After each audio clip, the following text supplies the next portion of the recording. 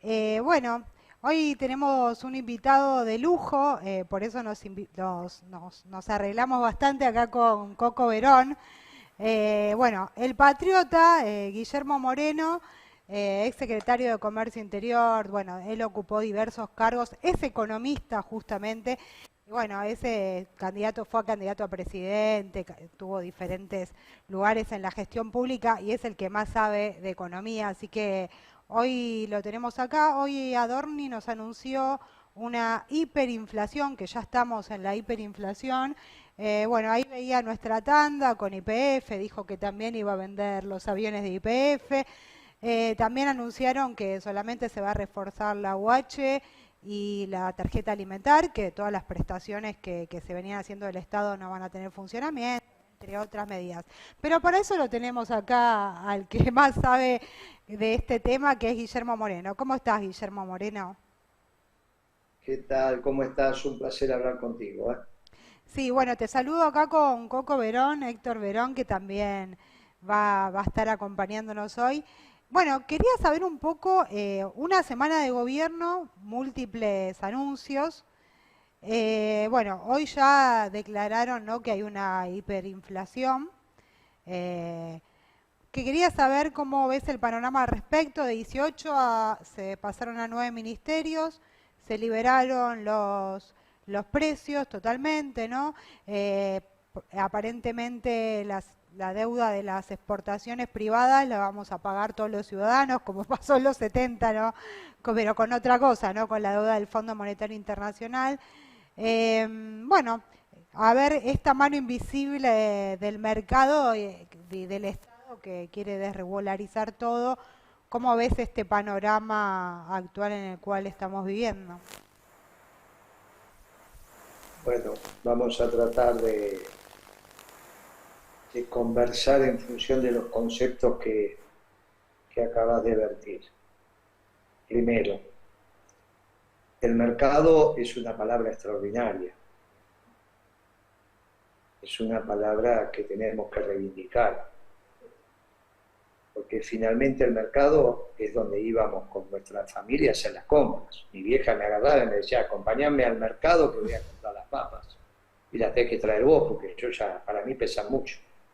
Entonces me llevaba a mi vieja al mercado y en una mano traía la papa, en la otra traía la cebolla, la zanahoria, traía la verdura pesada. Y mi vieja traía la liviana. O sea que ir al mercado era un momento de acompañar a la familia, hacer las compras. Eso es el mercado. Yo no sé por qué le han dado una categoría, desde una descripción pecaminosa a la palabra mercado. Eso es producto que se utiliza mal. La palabra mercado donde se encuentran los que ofrecen y los que demandan. Y es extraordinario, es un momento de encuentro. Es un momento de encuentro.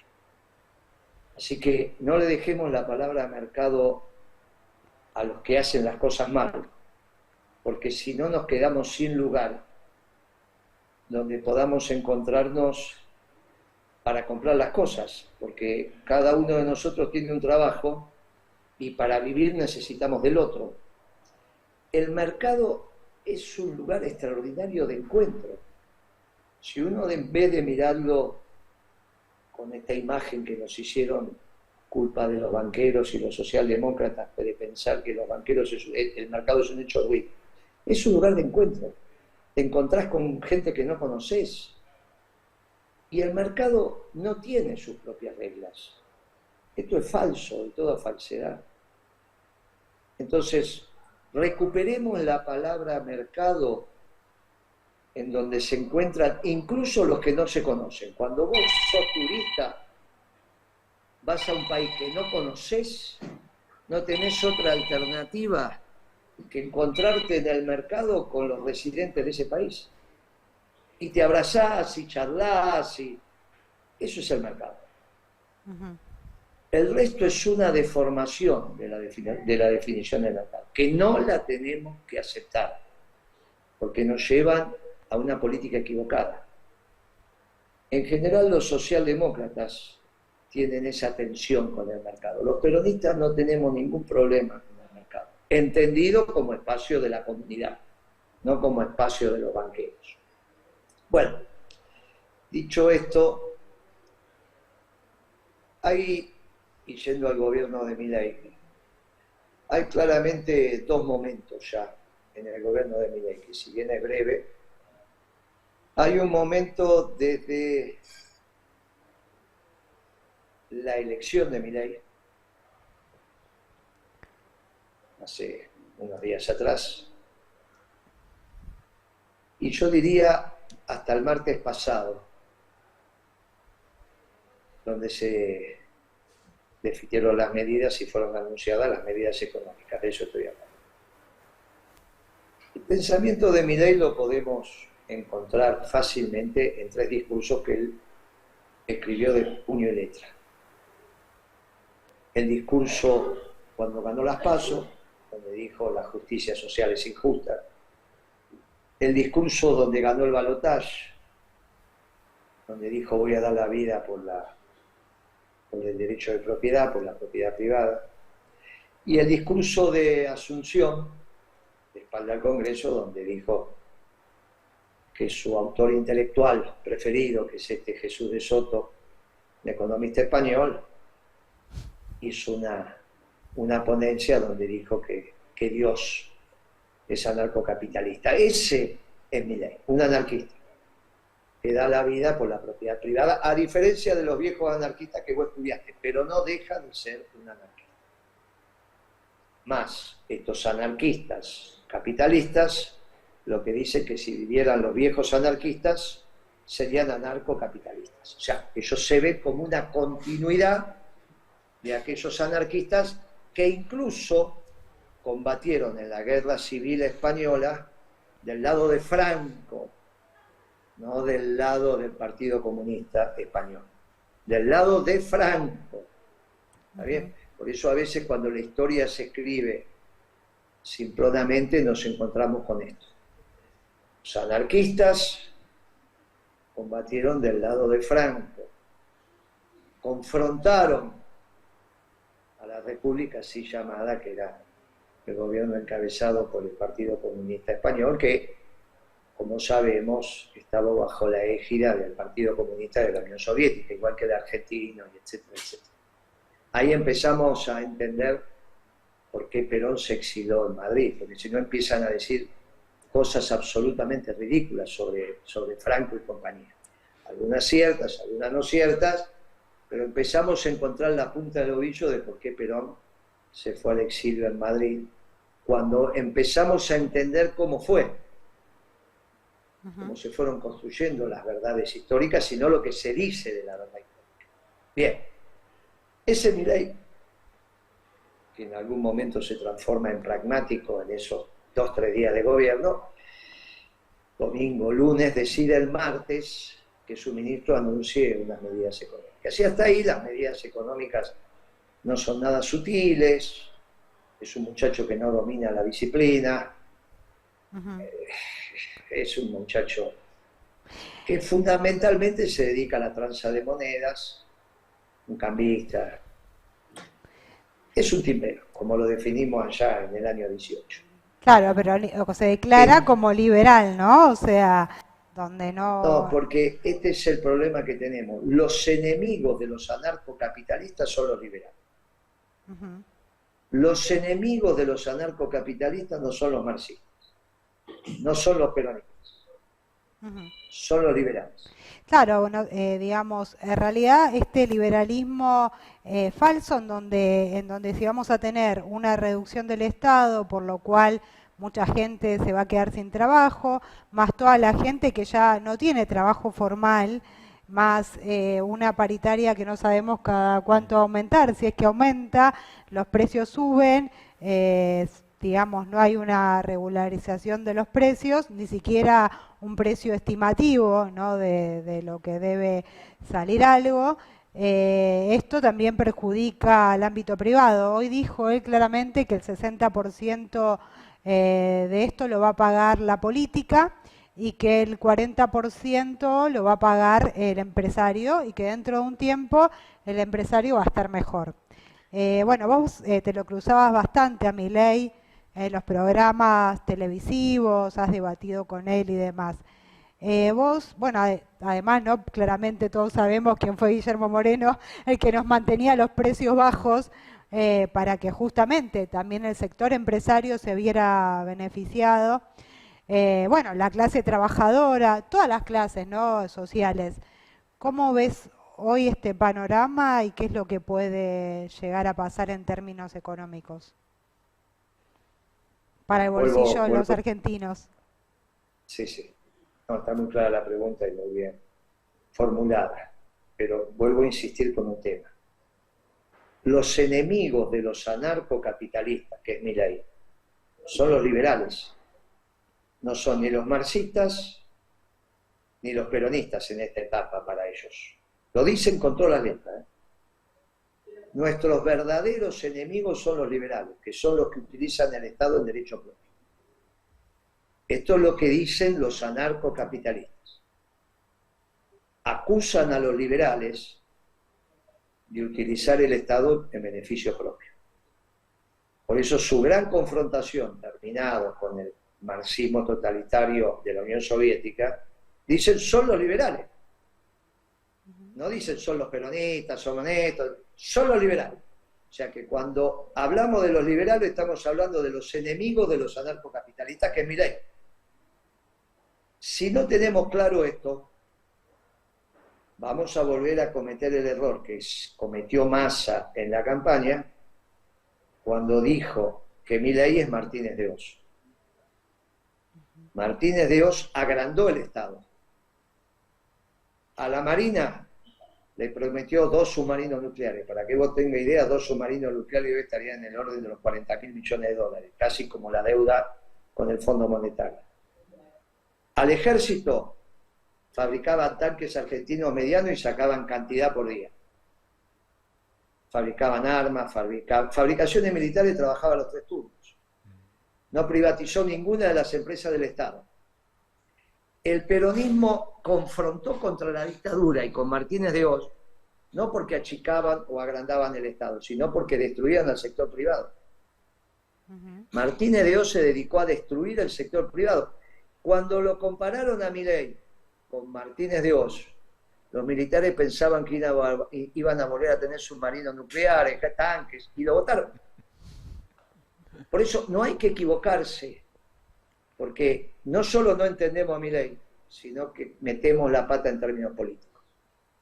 Milei es un anarcocapitalista. Es exactamente lo contrario a Martínez de Oz. Quiere achicar el Estado y vamos a ver si va a poder agrandar el sector privado. Pero no hay duda que quiere achicar el Estado. Sí, un poco, Por lo perdón, tanto, sí, un gusto, Guillermo. Coco Verón te habla. ¿qué hace Coco? Bien, un poco siguiendo tu línea de pensamiento, yo creo que, de acuerdo a lo que bien marcaste vos, los distintos discursos que dio Milei, creo que se pasó de los eslogans de campaña a una improvisación total con tal de cumplir los eslogans, o me equivoco que es así, un poco por lo que decís. No, por eso, por eso yo te menciono digo, un gobierno tan nuevito como este que no cumplió una semana ya tiene 2 etapas. Ya vamos a llegar a la segunda etapa. La primera etapa va desde que desde que gana la elección hasta el día martes de los anuncios. Un anarcocapitalista de cuerpo y alma que tiene como enemigo a los liberales, pero es muy importante que si no clarificamos quiénes son los enemigos de Milei, tenemos un lío bárbaro. Los pibes de la juventud libertaria no están en contra del peronismo y te lo vienen diciendo toda la vida, de que no son gorilas, no son militantes del Partido Comunista que sí hicieron la Unión Democrática, ellos están en contra de la Unión Democrática. Por eso hay que analizar, porque hay miles de pibes que le hicieron la campaña a Milei. Y lo peor que podemos pensar es que esos pibes son todos gorilas. Por eso hay que tener claridad sobre cuál es el discurso de Milei para entender por qué convocó a los jóvenes. Los convocó desde la consigna de la libertad. una consigna equivocada, Milei no tiene la verdad, todo lo que quieras. Pero la realidad es que los convocó desde la consigna de la libertad individual, cuando el gobierno de Alberto Fernández y Cristina se la pasó hablando del Estado. Cuando el peronismo lo que dice es un gobierno esclavo de un pueblo libre. Nosotros somos los defensores de la libertad. Por eso nunca pusimos funcionarios en las dictaduras que coartan la libertad. Entonces hay un punto de diálogo. Con Milei no lo sé. Con los pibes de La Libertad Avanza, extraordinario punto de contacto. Al punto que estamos prohijando debates entre nuestros jóvenes y los jóvenes de La Libertad Avanza. Porque cuando este gobierno fracase, lo que no tenemos que generar es que esos pibes se frustren. Claro.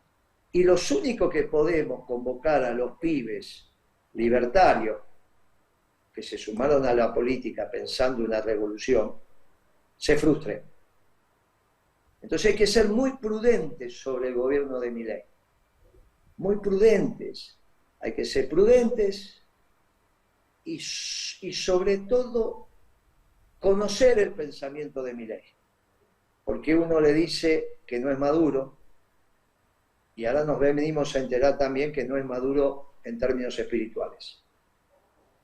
Pero yo prefiero un presidente que no es maduro en términos espirituales, pero que vaya a la catedral y no a aquellos que denotan la catedral. Porque siempre es un avance. Nosotros al menos que creemos que somos hombres y mujeres de la creación y que pensamos que somos cuerpo y alma. Entonces ese Milei, que de repente el gobierno se encuentra con él, un chico inmaduro, casi un adolescente en economía y un adolescente en términos espirituales, es presidente y tiene que empezar a gobernar. Claro, se encuentra con decisiones que el presidente tiene que tomar todos los días de vida o muerte. Y ahí empieza a alumbrar el pragmatismo. Y elige como ministro de Economía a aquel que él también dijo que era el peor funcionario de Macri. No solo lo dije yo, lo dijo él. Y los dos lo dijimos públicamente en momentos distintos. Yo dije, saquen a ese timbrero del Banco Central allá en el 18, y Milei también. Milei decía que el peor candidato, el peor funcionario de Macri era Caputo. Pero finalmente imagínense a Milei diciendo que es el peor funcionario de un gobierno, tener que elegirlo como ministro de Economía. Ese muchacho no está bien. Ese muchacho no está bien. Bueno, Caputo, también pasó con Bullrich, ¿no? O sea, en los debates públicos la acusó no importa, de... Lo de Bullrich es muy secundario, muy secundario. Terminemos el análisis, es muy secundario, ¿no? Casi te diría que no tiene importancia. Casi te diría, mirá lo que estoy diciendo. Con protocolo de seguridad incluido te diría que casi no tiene importancia la señora Bullrich. Eligió a Caputo. Y Caputo, dentro de lo que puede dominar de la profesión, no es una persona sutil, estudiosa, es un timbero. Construyó dentro de su consultora, con los dos más importantes junto con él, tuvieron que cerrar la consultora, se hicieron cargo del hecho económico de la Argentina. Uno fue ministro de Economía, su socio va de presidente del Banco Central y otro socio adscrito va de jefe de gabinete del ministro de Economía. Y toman unas medidas, que eran las obvias, las que podían hacer, las que tendrían medidas simplistas que no resuelven nada, con un nivel de ignorancia muy grande.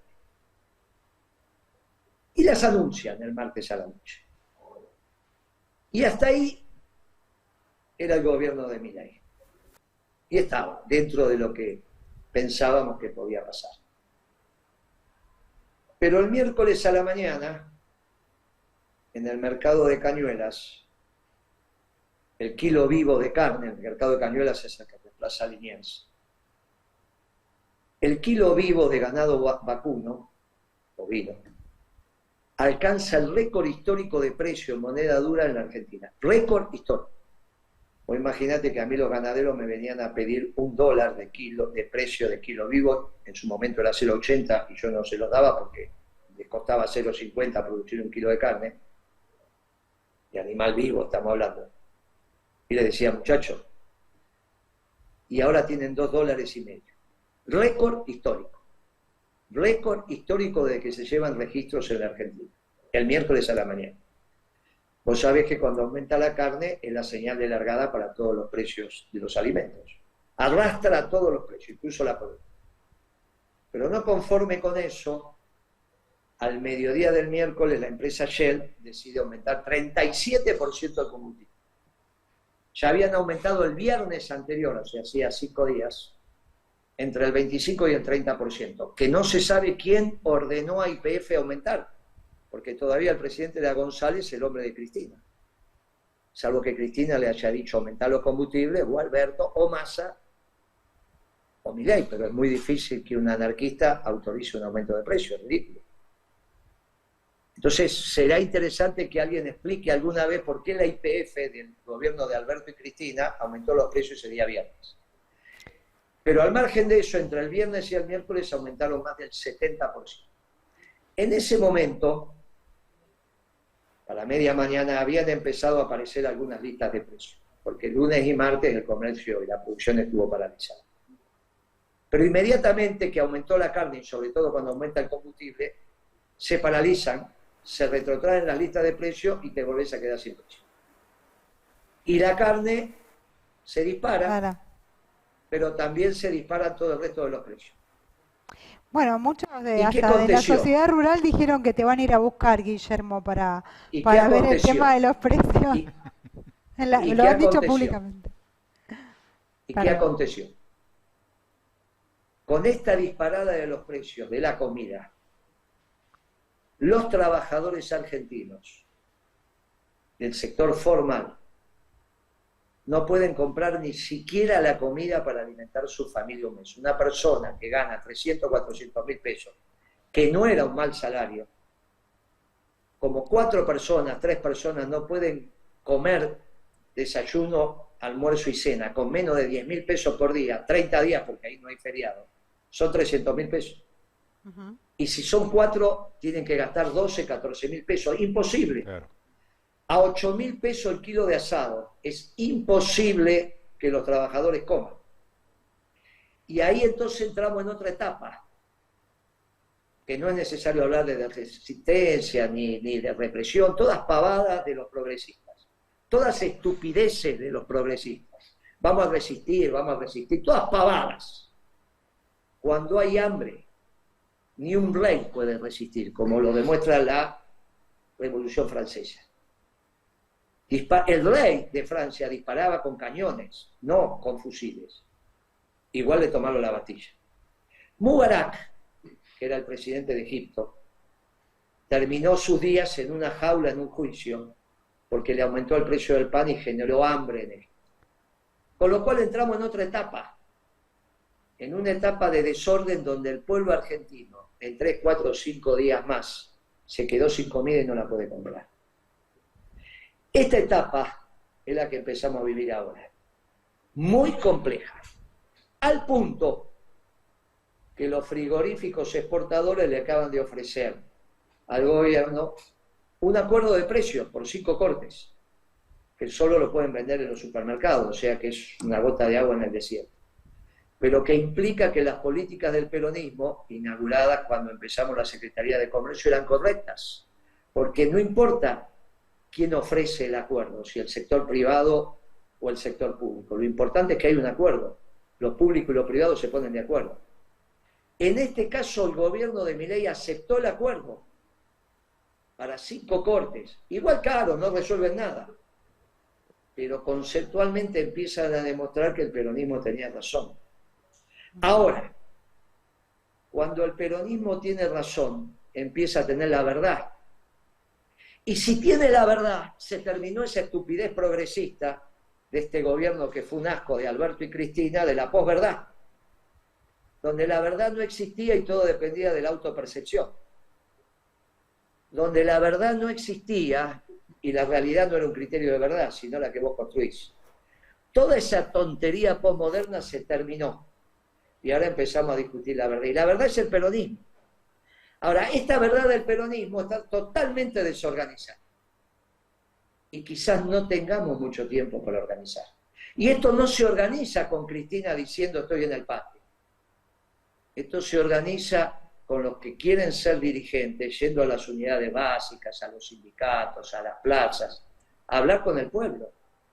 No diciendo acá estoy, véngame a ver. Y mucho menos sugiriendo que algún gobernador, aunque sea de una provincia importante, sea la opción.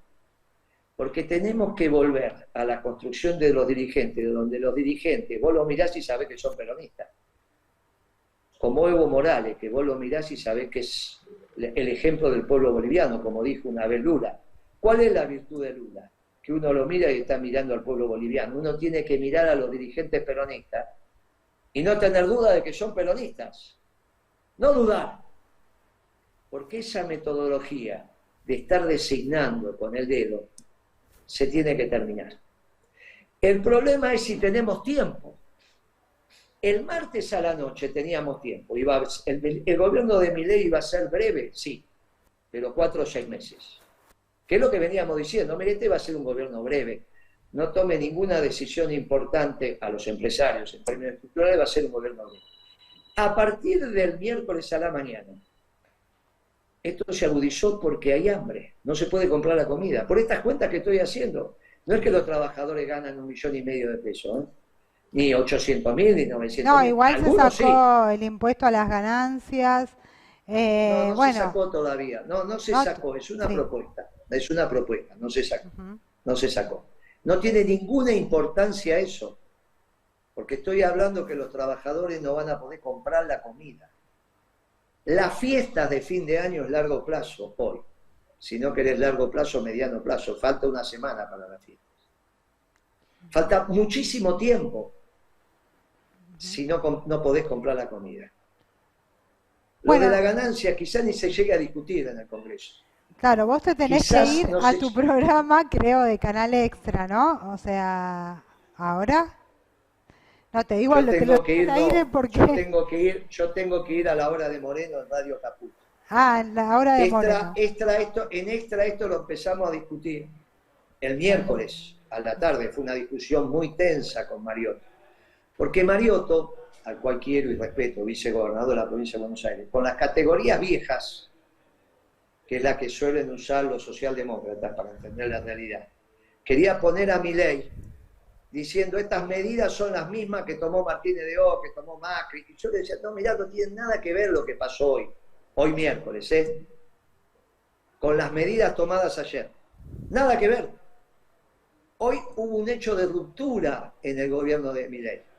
Se le disparó el precio de la comida, que hace ingobernable el sistema. Por lo tanto, que vos me hables del impuesto a la ganancia, que pueden o no pagar los trabajadores, es o no aceptar o estar contradiciendo, y lo cual está muy bien, que se produjo un punto de ruptura porque los trabajadores no pueden comprar la comida.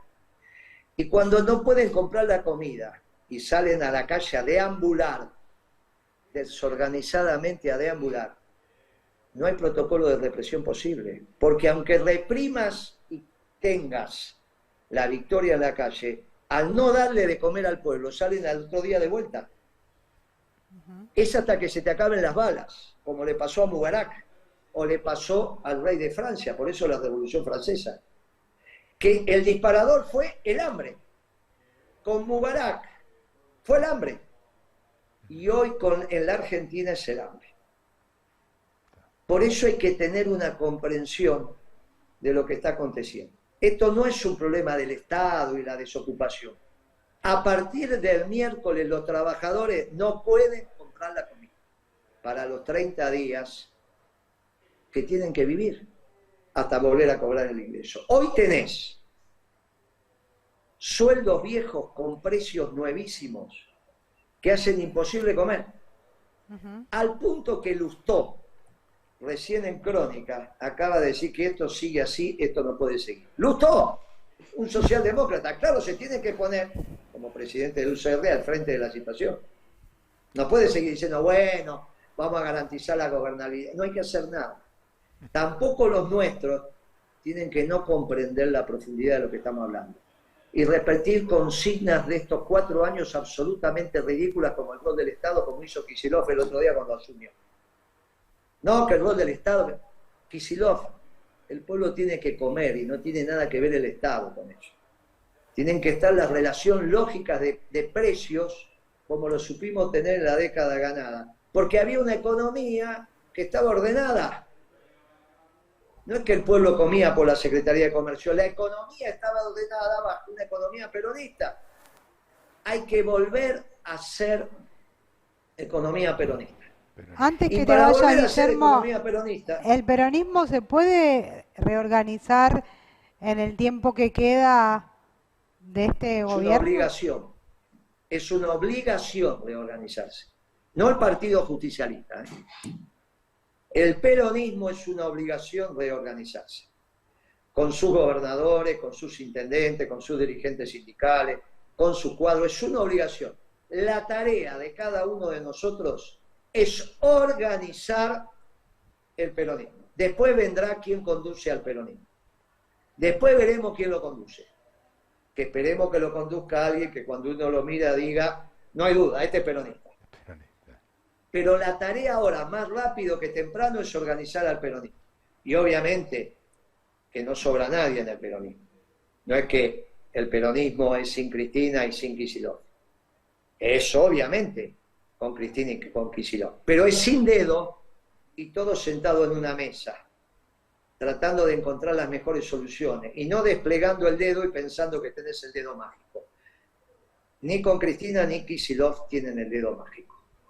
Espero que Kicillof, que ya veo que encontró otra variante, dejó de ser esa el elegido para ser la oposición, ya no hablan de tremenda estupidez, y se avenga a la reorganización del peronismo, como corresponde, un gobernador muy importante, que los que vivimos en la provincia de Buenos Aires lo votamos, pero lo votamos para ser gobernador, no para conducir el peronismo, porque todavía falta mucho para que reorganizar, muchas semanas, para que reorganizándonos podamos entre todos, en eso que será el Consejo Superior del Movimiento, elegir el que va a hablar por todos nosotros. Eso es importantísimo porque teníamos meses, porque Milei no tiene la verdad y va a fracasar. Pero ahora no lo sé. Hicieron una barbaridad. Aumentaron tanto el precio de la comida, que los trabajadores no pueden comer. Y si no podés comer, huelgan las palabras. Te agradezco mucho el tiempo, en paz y en orden. Espero que el gobierno siga encontrando estos acuerdos de precio que ya encontró con la carne. Entienda que ese es el punto nodal. Nos dé el tiempo suficiente para que nos organicemos. Y si esto pasa, no tengan ninguna duda que el próximo gobierno es peronista y va a gobernar con la doctrina. Va a gobernar con la verdad. Te mando un fuerte abrazo. Un fuerte abrazo. Bueno, que el peronismo vuelva a enamorar. Guillermo Moreno, muchísimas gracias, un placer escucharte. No queríamos interrumpirte demasiado porque la verdad es un placer escucharte. Y como siempre, Guillermo, en muchas cosas y en la mayoría, en casi todas. Ya te vengo escuchando de hace días. Tiene la verdad y la razón porque, bueno, ha hecho análisis muy ciertos en todo este tiempo. Sí. Así que bueno, vamos a una tanda, Coco Verón, en Hablemos de Política. Muchísimas gracias, Guillermo, muchos éxitos. Y nos vemos en la reorganización del peronismo y cuando el peronismo vuelva a enamorar en la Argentina. Así que enseguida volvemos acá por Hablemos de Política. Bien.